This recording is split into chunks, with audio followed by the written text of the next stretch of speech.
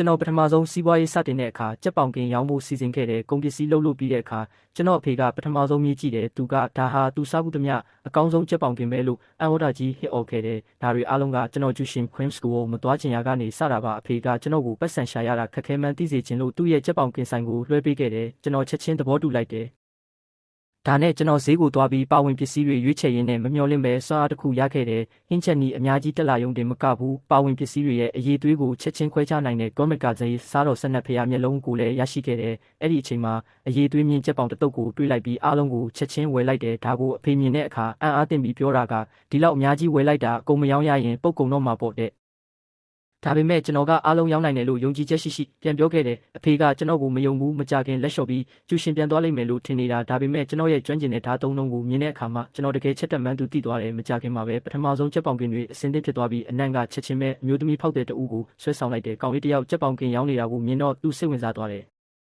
ကျွန်တော်လည်းပထမဆုံးရောင်းရတော့မယ်ဆိုတာသိလိုက်တယ်ဒါနဲ့ကြက်ပေါင်တစ်ချောင်းထုတ်ပေးပြီးမစားကောင်းရင်ပတ်စံမပေးပါနဲ့လို့ပြောလိုက်တယ်သူလည်းချက်ချင်းမြည်ကြည့်ပြီးအရသာကိုအရန်သဘောကျသွားတယ်အဲ့ဒီအချိန်မှာပဲအမျိုးသားဖောက်တဲ့တူရောက်လာပြီးအဲ့ဒီအမျိုးသမီးကကျွန်တော်ငှားထားတဲ့တရုတ်ဆောင်လို့ထင်နေတာဒါပေမဲ့ကျွန်တော်ကသူ့ကိုကြက်ပေါင်တစ်ချောင်းတိုက်ရိုက်ကမ်းပေးလိုက်တယ်သူလည်းအနံ့ကိုရတာနဲ့လုံးဝဆွဲလန်းသွားတော့တယ်မကြခင်မှာပဲကျွန်တော်ရဲ့ဆိုင်လေးဟာဖောက်တယ်တွေနဲ့ဝိုင်းနေပြီးအဖေကငါတို့ချမ်းသာတော့မယ်လို့ဝမ်းသာအားရအော်တော့တယ်တက္ကသိုလ်ကျောင်းသားတစ်ယောက်ကလည်းကြက်ပေါင်တစ်ချောင်းဝယ်ပြီးတက်ခွဲကန်းနဲ့ယူသွားတယ်ဒါပေမဲ့သူ့ရဲ့စီနီယာကအထဲကိုအစားအစာယူမလာရဘူးလို့ပြောလို့သူလက်လျှော့လိုက်ရတယ်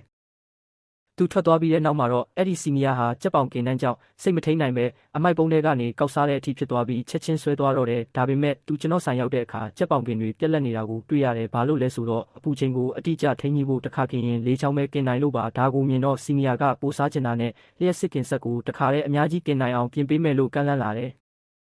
ကျွန်တော်လည်းသဘောတူပြီးသူသာပြင်ပေးရင်သူ့ကိုဦးစားပေးပဲဖောက်တဲ့အဖြစ်တတ်မှတ်ပေးမယ်လို့ကတိပေးလိုက်တယ်။ဒါကိုကြားတော့တခြားကျောင်းသားတွေလည်းသူတို့ရဲ့ဘာသာရပ်လိုက်ကူညီဖို့ပြောကြတယ်။တချို့ကကြော်ညာပေးမယ်တချို့ကအလိုလျောက်စနစ်တွေရေးပေးမယ်လို့ပြောနေတော့တက္ကသိုလ်အစားအသောက်ဌာနမှူးကတတိထားမိသွားတယ်။သူရောက်လာပြီးကြက်ပေါင်ကင်ကြံသေးလားလို့မေးတယ်။ကျွန်တော်ကကုန်ပြီလို့ပြောမလို့ရှိသေးအဖေကသူစားဖို့ခြံထားတဲ့ထမင်းမှုကိုပေးလိုက်တယ်။မြည်ကြည့်ပြီးတဲ့နောက်ဌာနမှူးကအရန်အံ့ဩသွားပြီးသူ့တက္ကသိုလ်ရဲ့အစားအသောက်ဌာနမှာလာလုပ်ဖို့ဒေါ်လာ3သိန်းနဲ့ကမ်းလှမ်းခဲ့တယ်ကျွန်တော်ရဲ့ပထမဆုံးစီးပွားရေးဟာအောင်မြင်သွားပါပြီနောက်ဆိုရင်တော့ကျွန်တော်ရဲ့ကြက်ပေါင်ကင်လုပ်ငန်းကိုကဘာအနှံ့ချက်ထွင်တော့မှာပါ